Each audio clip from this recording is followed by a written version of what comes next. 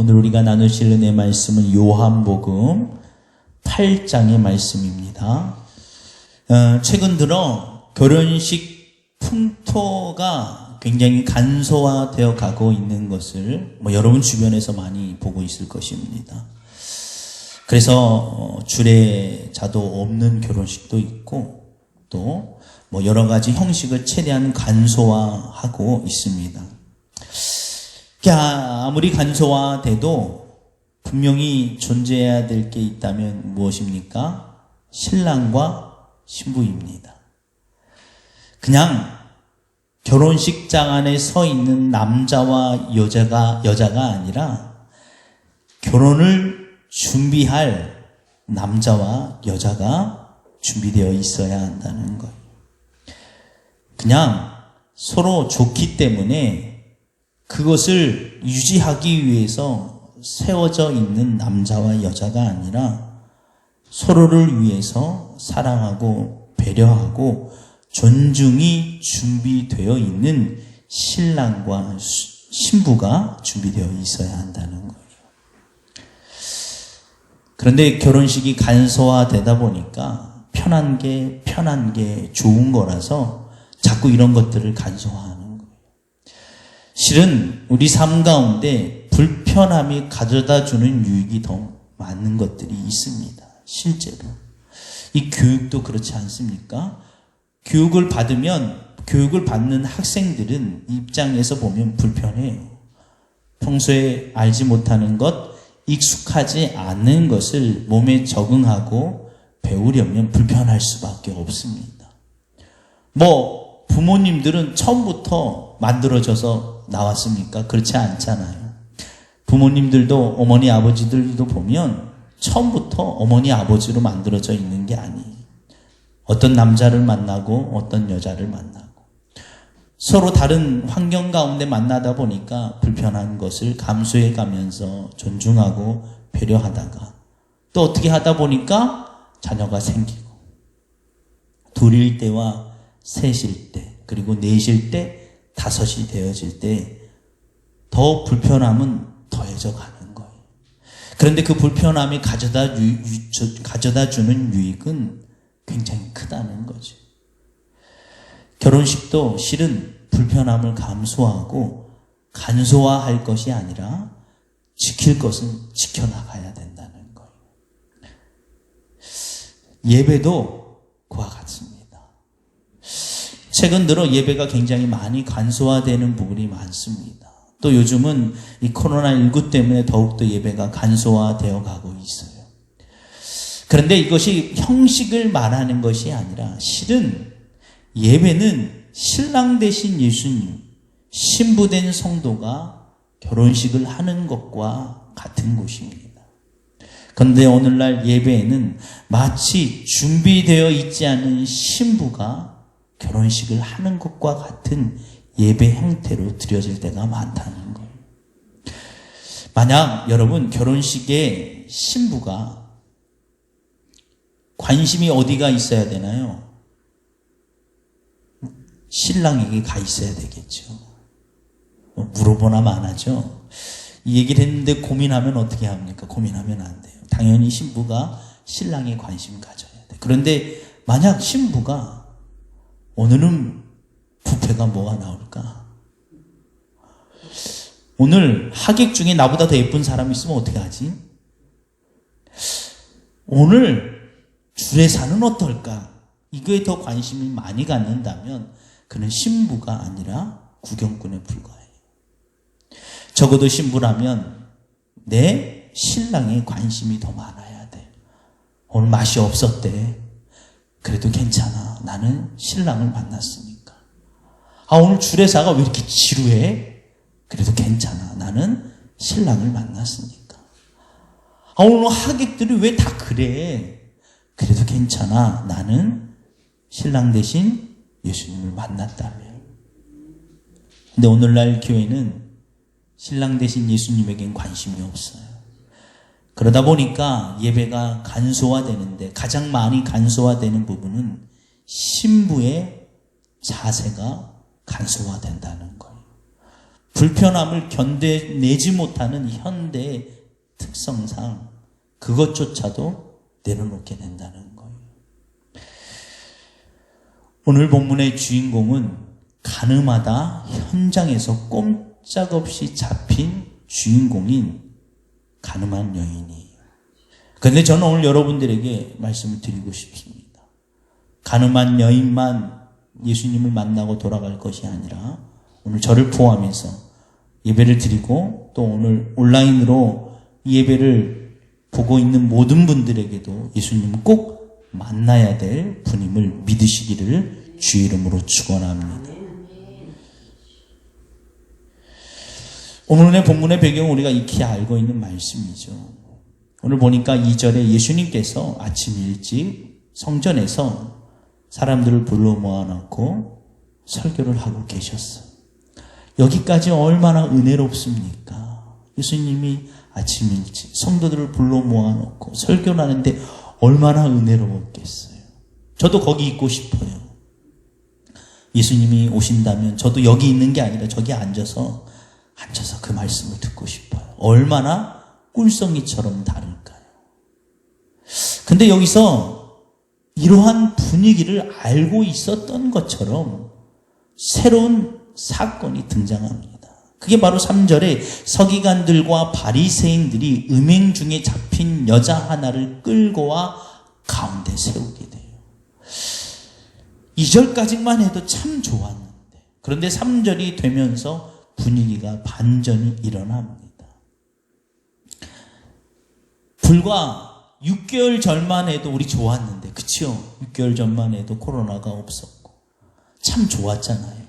그때는 몰랐지만 지금 생각해보면 그때 참 좋았어요. 그런데 갑자기 코로나라는 것이 겹치게 되고 사건이 대반전이 이루어집니다. 그리고 4절에 보니까 이 바리새인들과 서기관들이 예수님께 물어요. 선생님, 이 여자가 가늠하다 현장에 잡혔나이다. 그리고 사람들은 돌을 하나씩 들고 지켜서 있습니다. 이 다음 장면은 뭐가 나와야 돼요? 새로운 사건이 발생되고 이 사건이 이대로 끝날 것 같지 않잖아요. 뭔가가 더 일어나야 되고 사람들은 더 일어날 것으로 기대하고 있는 상황입니다. 어쩌면 요즘 보면요, TV나 매스컴 혹은 인터넷을 통해서 보면 이와 같은 것 같아요. 어떠한 사건이 발생되면 그것으로 그치면 안 돼요. 왜냐하면 더 무엇인가 엄청난 것들이 있어야 돼요. 왜요? 그래야 사람들이 보고 그래야 사람들이 그걸 검색하기 때문에. 그냥 돈을 훔쳤대. 이런 재미가 없어요. 돈을 훔쳤대. 그런데 말이야, 돈을 훔친 사람이 이런 사람이었대. 좀 더 파보니까 아니 근데 이 사람이 이런 연관이 있었대. 좀 더 파보니까 그 돈이 이랬대. 막 이래야 뭔가 이야기가 재미가 있고 구성이 되는 것 같아요. 마치 드라마나 영화처럼. 그런데 예수님은 이 엄청난 사건을 한 번에 덮어버립니다. 지금 사람들은 분명히 서기관과 바리새인들이 이미 오래전부터 계획하고 예수님을 죽이기로 작정한 것이 오늘 본문 8장 이전에 7장에 기록이 되어 있어요. 서기관들과 바리새인들이 예수님을 잡아 죽이기로 작정하고 그 계획을 며칠 동안 세운 것일 겁니다. 그리고 오늘 이 사건을 딱 터뜨린 거예요. 꼼짝없이 예수님이 이제 곧 죽임을 당할 수밖에 없는 모든 올무를 다 쳐놓고 준비해 있어요. 그런데 예수님은 전혀 다른 방향으로 분위기를 이끌어낸 거예요. 예수님은 아무 말씀하지 아니하시고 몸을 갑자기 굽히시고 땅에 뭐라고 쓰십니다. 그러자 사람들이 오늘 성경에 보니까 더 이상 말을 하지 못하였더라라고 기록하고 있어요. 여러분 궁금하지 않습니까? 예수님이 땅에 뭐라고 쓰셨을까? 저도 이 글을 읽을 때마다 늘 궁금했어요. 예수님이 도대체 뭐라고 쓰셨을까? 성경 가운데 보면 유일무이하게 딱 한 번 예수님이 직접 뭐라고 쓴 것 혹은 그린 것은 이 장면 외에는 아무것도 없어요. 그러니 궁금하지 않습니까? 뭐라고 쓰셨을까? 그래서 많은 학자들은 흔히 얘기하기를, 저도 그렇게 생각했어요. 어제까지만. 뭐라고 썼는지는 별로 중요하지 않을 거야. 그의 행동이 더 중요해. 왜냐하면 예수님께서 이 지금 긴박한 상황, 이 돌들을 지금 반은 여인에게 있는 것 같지만 반은 실은 예수님에게 던지려고 이미 작당모의가 되어 있는 거예요. 그것도 예수님이 미리 아시고, 그리고 전체적인 긴장감을 보면 알잖아요. 아무리 눈치가 없는 사람도요, 저 사람이 나를 지금 싫어하고 있는지 미워하고 있는지 알아요. 심지어 동물들도 알아요. 개를 키워보신 분은 알겠지만 개가 누구에게 꼬리를 많이 흔든 줄 아십니까? 주인 중에, 여러 명의 주인 중에 누구에게? 가장 못된 사람에게 꼬리를 많이 흔들어요. 왜요? 개가 스스로 체득해요. 내가 꼬리를 나한테 잘해주는 사람한테 흔드는 것보다 못되게 구는 사람한테 흔들어야 덜 맞는다는 걸 알아요. 개도 알아요. 사람은 모르겠습니까? 사람도 알아요. 예수님도 충분히 알았을 거예요. 지금 돌을 들고 긴장된 상태, 누구라도 한 명만 돌을 던지기 시작하면 군중심리에 의해서 저 돌이 지금 다 예수님과 그 여인에게 날아올 상황인데, 일반적인 사람이라면 잠깐만 돌 그렇게 들면 안 돼. 왜 나에게 던져? 혹은 나는 이 여인과 달라라고 해서 그 자리를 벗어나는 게 먼저일 텐데, 예수님은 그들을 전혀 경계하지 않고 갑자기 몸을 굽히시며 땅에 뭐라고 쓰신다는 거예요.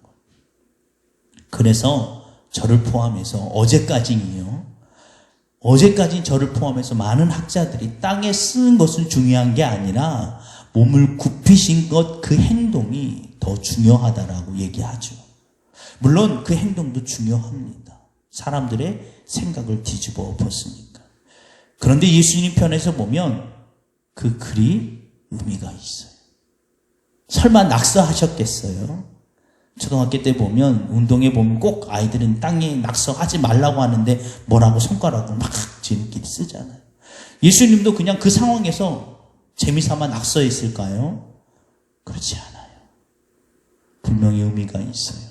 그런데 우리가 여기서 더 정확하게 봐야 될 부분은 누구에게 의미가 있었는가의 관점으로 보면 이 글이 어떤 글이 쓰여졌는가 깨닫게 된다는 것. 다시 이 상황으로 우리가 한번 들어가 보세요. 지금 예수님이 손가락으로 땅에 뭐라고 쓰셨어요. 그러면 깊게 쓸 수 있을까요? 땅을 깊게 파서 쓸 수 있나요? 못하겠죠. 그저 흙이 지나가는 정도에. 그러면 두 번째로 크게 글씨를 쓰실 수 있었을까요? 그럴 수도 없는 상황이죠. 지금 이 상황이 뭐라고 막 크게. 그러면 작은 글씨, 깊게 패이지 않았다면 아마 예수님과 근접해 있지 않은 사람 외에는 그 글을 볼 수 없었을 거예요. 그렇다면 지금 그 글을 읽을 수 있거나 혹은 인식할 수 있는 사람은 누구밖에 없습니까? 예수님과 가늠하다 현장에 잡힌 그 여인. 돌을 든 사람 볼 수 있나요? 없나요? 없어요. 왜요? 적어도 돌을 던져 그 사람을 죽이려면 가까운 거리에서 던질 수 있어요? 없어요. 왜요? 그 돌이 내가 맞을 수도 있기 때문에. 그래서 적당한 거리를 띄워야 해요. 그리고 어느 누구도 그 가까운 거리에 갈 수 없었을 거예요. 많이 모였으니까. 그렇다면 예수님이 글씨를 쓰셨다고 본다면, 그 글의 의미가 있었다라고 본다면 누구를 위해 쓰신 겁니까? 예수님과 가까이 있었던 그 여인을 위해 글씨를 썼다는 거예요. 오늘 예수님이 여러분들을 향해 글씨를 쓰고 계십니다. 누구만 볼 수 있나요? 예수님을 만난 사람만 그 글을 볼 수가 있어요. 아마 저를 포함해서 저도 어제까지만 해도 그 글의 의미를 중요하게 생각하지 않았어. 근데 어제 이 말씀을 묵상하면서 하나님이 주신 은혜가 글의 의미를 깨닫게 되었다는 거예요. 저도 어제 설교를 준비하면서 예수님을 만났기 때문에 이런 깨달음을 받은 거예요. 예수님은 오늘도 이 예배 시간에 예수님을 만난 사람이라면 그를 그 여인을 위해 쓴 것처럼 아마 여러분 각자를 위해서 글을 쓰고 계실 거라는 거. 누구나에게 똑같은 글을 쓰시는 것이 아니라 그 사람에게 맞는 글을 분명히 쓰신다는 거. 그래서 예수님은 엄마가 만나야 되는 것도 아니고 아빠가 만나야 되는 것도 아니고 자녀가 만나야 되는 것도 아니고 내가 만나야 돼. 여인처럼. 그래서 오늘 본문을 통해서 우리는 어떻게 하면 예수님을 만날 수 있을까? 그러면 이것을 보려면 예수님을 만나지 못한 사람들을 한번 살펴보면 되겠죠. 실은 인간적인 생각을 보면 예수님을 만날 수 있는 완벽한 조건을 가진 사람은 서기관들과 바리새인들이에요. 이들은 수많은 세월 동안 구약의 메시아 예언서를 읽으면서 예수님, 즉 메시아가 이 땅에 어떻게 오시고 어떤 일이 일어날 것이라는 것을 누구보다 더 잘 알고 있던 사람이 실은 서기관들과 바리새인들이에요. 그런데 정작 그 현장에 예수님을 만나지 못했습니다. 왜 그렇습니까? 그들에게는 메시아 되시는 예수님보다 더 중요한 것들로 가득 채워져 있었기 때문이라는 것. 오늘 보면 서기관들과 바리새인들은 며칠 동안 저 예수님을 만나기 위해서 준비를 했어요. 그렇죠? 아까 말씀드린 7장에서부터 이미 준비가 되어져 있었어요. 그런데 그 목적이 뭡니까? 예수님을 죽이기 위해서. 더 정확하게 얘기하면 내가 원하고 내가 생각하는 것들을 예수님이 들어주지 않으니까 저 예수님 대신해서 다른 것을 세우기 위해서 예수님을 만나러 온 거예요. 오늘 이 가운데 혹은 이 영상을 통해서 예배를 드리고 있는 사람들 가운데도 그와 같은 사람이 있을 거예요. 서기관들과 바리새인들처럼 내가 원하는 것을 얻기 위해 혹은 이루기 위해서 예수님께 갔지만 예수님이 들어주지 않자 이제 예수님 대신해서 무엇인가를 세우려고 예수님께 나온 사람, 즉 신랑 대신 예수님보다 더 다른 것에 관심이 많아 이곳에 나와 있거나 이 설교를 듣는 사람들이 있을 거라는 것. 그것이 무엇이든 오늘 본문에서 분명히 보여주고자 하는 게 있습니다. 오늘 성경에 보니까 예수님과 가늠하다 잡힌 여인 그리고 그 주변에는 돌을 들고 서 있는 사람이 질비하게 서 있어요.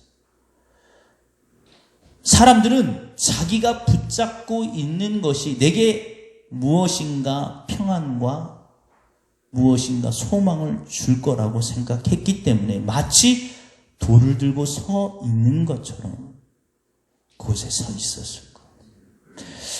여러분, 가늠하다 잡힌 여인, 현장범이면 여인과 누가 있어야 돼요? 가늠은 혼자 합니까? 누가 있어야 돼요? 남자가 있어야 돼요. 근데 이 이야기에는 남자가 없어요. 또 한 가지는 구약의 율법상 한 사람의 죄를 묻으려면 증인이 2-3명을 세워야 돼요. 근데 더욱더 놀라운 것은 이 여인 혼자 나와 있고 증인이 없다는 거예요. 왜 그럴까요?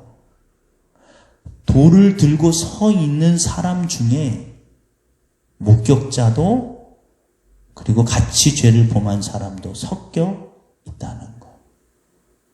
그런데 왜 돌을 들어요? 이 돌이 내 죄를, 내 불안함을 감춰줄 것이라고 착각하고 있기 때문에 그 돌을 들고 서 있는 거예요.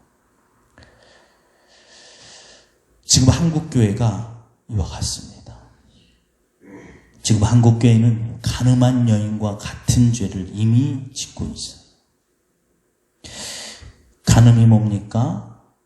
신랑을 두고, 남편을 두고, 혹은 부인을 두고 다른 여인을, 다른 남자를 내 마음에 둔 겁니다. 한국교회는 누구만 마음에 둬야 돼요? 신랑 대신 예수님만. 근데 우리는 신랑 대신 예수님보다 혹은 최소한 동급으로 같이 마음에 두는 것이 있다는 거예요. 그게 물질이든 권력이든 혹은 교회 건물이든 교세이든. 그래서 예수님은 당신의 삶을 통해서 늘 한 영혼을 향해 나아간 것을 직접 보여준 거예요. 99마리의 양보다 기른 한 마리의 양을 향해. 오해하지 마세요. 그러면 한 마리 때문에 99마리를 버려야 되나? 그걸 말씀하시는 게 아니에요. 우리가 이 땅을 살아가면서 온전히 하나님의 사랑을 담을 수 있는 방법은 물량주의가 아니라 가치주의. 한 영혼을 향한 가치를 품어야 된다. 근데 우리는 물량주의, 세상의 가치로 모든 걸 판단해요. 건물을 지키기 위해서 한 영혼 정도는 잃어버려도 돼요. 이 교세 99마리를 지키기 위해서는 한 마리 정도는 버려도 돼요. 마치 경영자처럼 교회가 흘러가게 되면 결국 우리 안에도 간음하다 현장에 잡힌 것과 같은 죄를 범하게 된다는 것. 그리고 우리는 그 순간 어떻게 하죠? 돌을 들어요. 왜요? 적어도 나는 저 여인과 달라 라는 것을 표현하기 위해서 돌을 드는 것. 그 돌이 뭡니까? 오해하지 말고 들으세요. 예배가 될 수 있어요. 혹은 하나님 앞에 드리는 예물이 될 수 있고요. 혹은 교회에 와서 하는 봉사가 될 수 있어요. 그런 분들은 오늘 보니까 예수님을 만나지 못했어요. 그와 같은 사람들에게 예수님이 보인 행동은 나는 너희에게 관심이 없어. 난 오늘 내 앞에 있는 현장범으로 잡혀서 변명 한마디 하지 못하고 나는 이제 꼼짝없이 죄로 인하여 죽을 수밖에 없는 여인. 방금 전까지만 해도 같이 웃고 떠들고 혹은 같은 죄를 범하던 그 많은 사람들이 돌을 들어 자기를 향해 살기가 가득한 눈빛으로 바라보고 꼼짝없이 죽을 수밖에 없는 그 여인. 더 이상 내 힘, 내 뜻대로 행할 수 있는 것이 아무것도 없기에 그저 죽은 죄인처럼 머리를 숙일 수밖에 없는 그 여인에게 관심이 있다는 것. 그러자 사람들은 돌을 내려놓습니다. 예수님은 그와 같은 사람들에게 물어요. 너희 중에 죄 없는 자가 먼저 돌로 치라. 이 말은 그 사람들에게 엄청난 큰 파장을 일으킵니다. 그리고 그들은 자기가 생각했던 그 돌들을 내려놓을 수밖에 없게 돼요. 왜냐하면 그 돌 뒤에 숨을 수 없다는 것을 깨닫게 됩니다. 우리 인생을 보면요, 우린 충분히 깨닫고 있어요. 물질이 혹은 권력이 혹은 명예가 혹은 교회 건물이 혹은 교세가 나를 평안을 줄 수 없다는 것. 특별히 오늘과 같은 이 시대 가운데는 더 크게 여실히 드러나죠. 여러분, 우리는 지금 돌을 들 것이 아니라 내려놓고 있어야 돼요.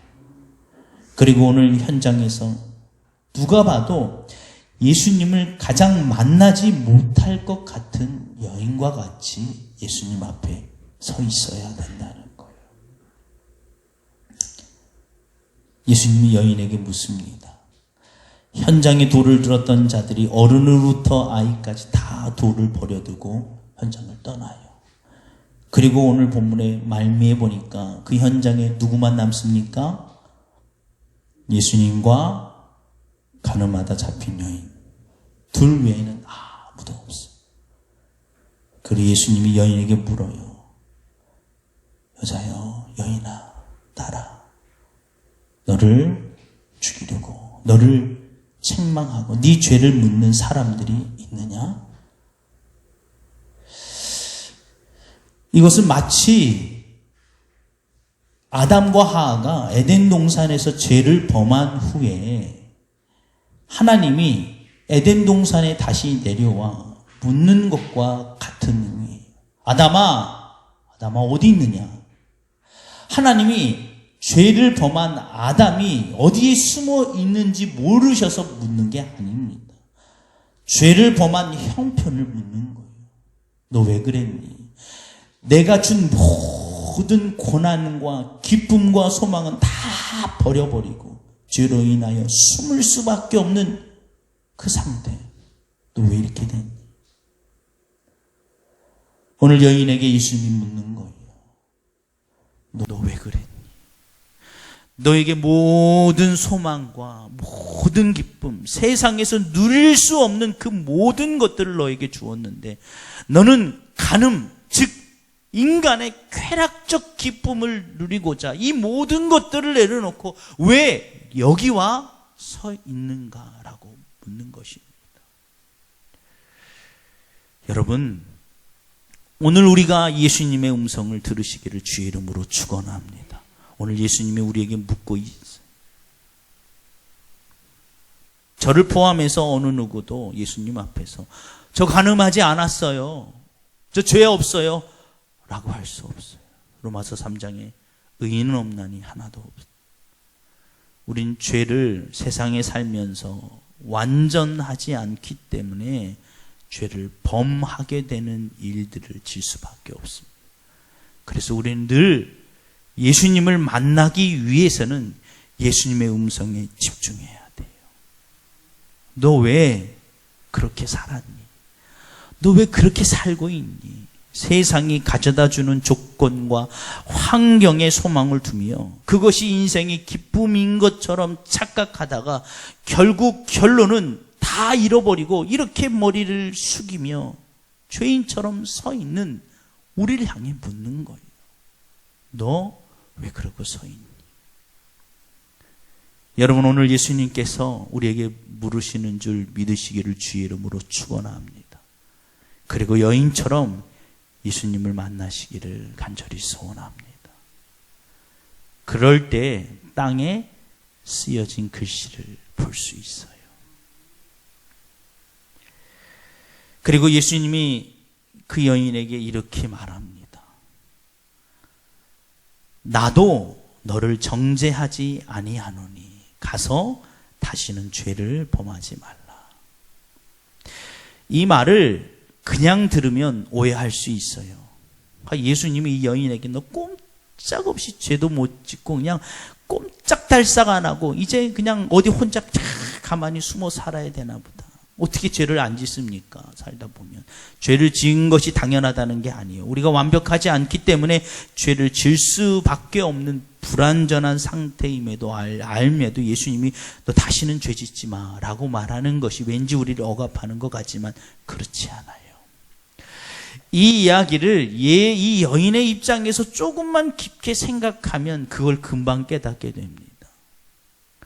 이 여인이 이제 앞으로 어딜 가든지 무슨 꼬리표가 달라붙나요? 저 여자 그때 돌 맞아 죽이려고 했는데 예수라는 히브리 청년이 살려줬어. 저 여자 죽을 수밖에 없는 예수님 때문에 산 사람 어디 가든지 예수 꼬리표가 달라붙어요. 이게 오늘날 그리스도인이 돼야 돼요. 할렐루야. 어디 가든지 알아요. 아무리 숨기려고 해도 예수님을 믿는 사람은 어디 가든지 꼬리표가 붙게 돼 있어요. 한번 가려보세요. 삶 속에서 언어를 통해서 행동을 통해서 드러날 수밖에 없게 됩니다. 결국 이와 같은 예수님의 꼬리표가 실은 우리로 하여금 좀 더 세상과 다른 삶을 살게 하는 힘이 됩니다. 그러면 어떻게 하면 그렇게 살 수 있나요? 그 해답이 너는 다시는 죄를 범하지 말라. 이것을 발생시킬 수 있는 능력은 바로 앞절에 있는 나도 너를 정죄하지 아니하노니 라는 거예요. 예수님의 꼬리표로 살 수밖에 없는 이 여인에게 필요한 것은 너 그러니까 능력이 있어야 돼. 너 그렇게 죄를 통제할 만한 이전에는 네가 인간적 쾌락으로 이 남자 저 남자 만나면서 그것을 느끼며 살았다면 그것을 다 거부하고 살려면 힘들 거야. 그러니까 너 이제부터 그렇게 엄청나게 훈련받으며 살아야 돼 라고 묻는 게 아니라 딱 한 가지예요. 예수님이 그 여인에게 필요한 것은 그러니까 죄로 인하여 죽을 수밖에 없는 우리를 구원하여 주신 그 사랑을 깨닫고 살기만 하면 된다는 거예요. 오늘날 그리스도인들에게 필요한 것이 있다면 예수님이 나를 사랑하신 그 사랑을 회복하는 거예요. 예수님을 믿었기 때문에 모든 인생의 문제가 일사천리로 해결되는 그것이 축복이 아니라 진짜 축복은 오히려 예수님을 믿는 것 때문에 고난이 있을지라도 그 고난을, 그 가시밭길을 나를 사랑하신 예수 그리스도의 대속의 은혜 안에서 그 감격을 회복하면서 똑같은 가시밭길을 걸을지라도 예수님을 사랑하는 것 때문에 기쁨으로 걸을 수 있는 것.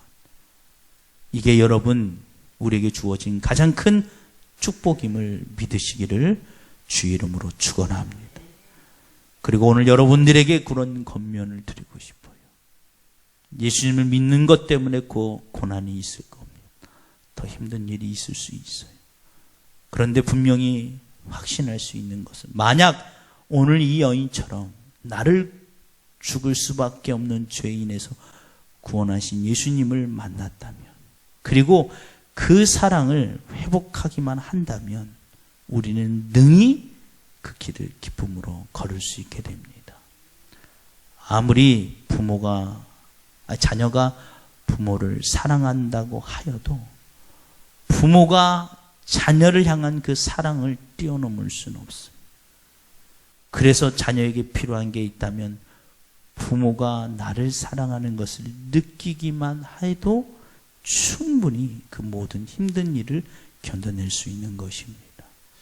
코로나 때문에 아무것도 하지 말고 가만히 있어야 되는 게 요즘은 상책이죠. 교회도 그런 원리로 보면 아무것도 하지 말고 개척도 하지 말고 개척했다면 내 팔자련이 생각하고 버텨내고 아무것도 하지 않고 있어야 이게 요즘 시대라고 합니다. 전 근데 그렇게 생각하지 않아요. 예수님도 도저히 불가능한 상황 가운데 구원의 역사를 만들어 가셨습니다.